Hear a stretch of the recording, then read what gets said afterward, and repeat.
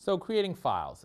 You often want to create a file for one reason or another, or modify a file as well. Actually, this isn't just creating files. This is really for modifying existing files.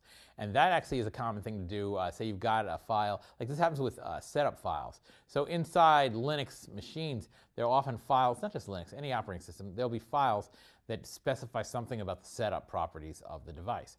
And if you want to edit these files, it's the similar process to creating a file. So accessing files, let's say. If you want to do this, there are many ways to do it depending on the type of file you want to manipulate. Typical method involves a text editor of some kind. So a text editor is like a word processor, but simpler. Bare bones word processor, think like that. So Microsoft Word, right? Microsoft Word has all these fancy features, spell check and all sorts of nice things that it has. Text editors are bare bones. They don't have any of that stuff. Typically, some of them do, but basic ones they're just bare bones. Several are available in Linux for free. Tons are available in Linux for free. Several are built into Raspberry Pi, like Vim. Actually, I don't think Vim is, but Emacs is what I use. Vim. There are a bunch of them. But we're going to focus on something that's built into Raspberry Pi here. We'll talk about that. We want something that's already built in. You can download and install new ones, and we'll talk about how to download and install software. But that's not necessary right now. So choose one and stick with it is my thought.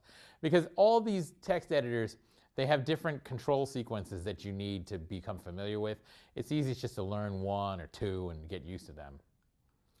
Okay, so Nano is one that you would use from the command line. So if you're at the command line, you want to run this Nano text editor, just type Nano at the command line, N-A-N-O, lowercase, N-A-N-O, hit return. It'll give you something like this.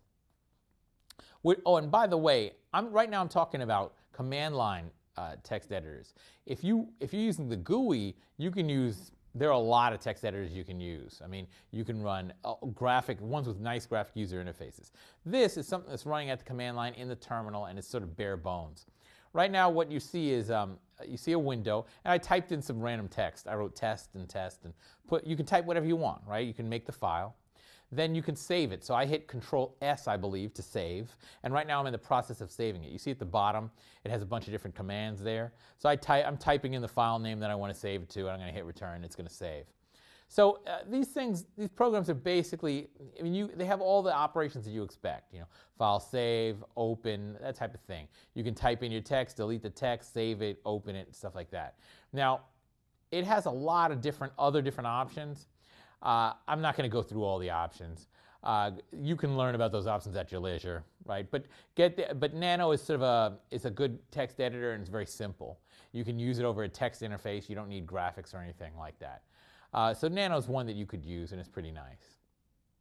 Basic functions are via control sequences. So Control-S will save, Control-C does something, and so on. So it's usually control sequences that you use to use a program like this. Thank you.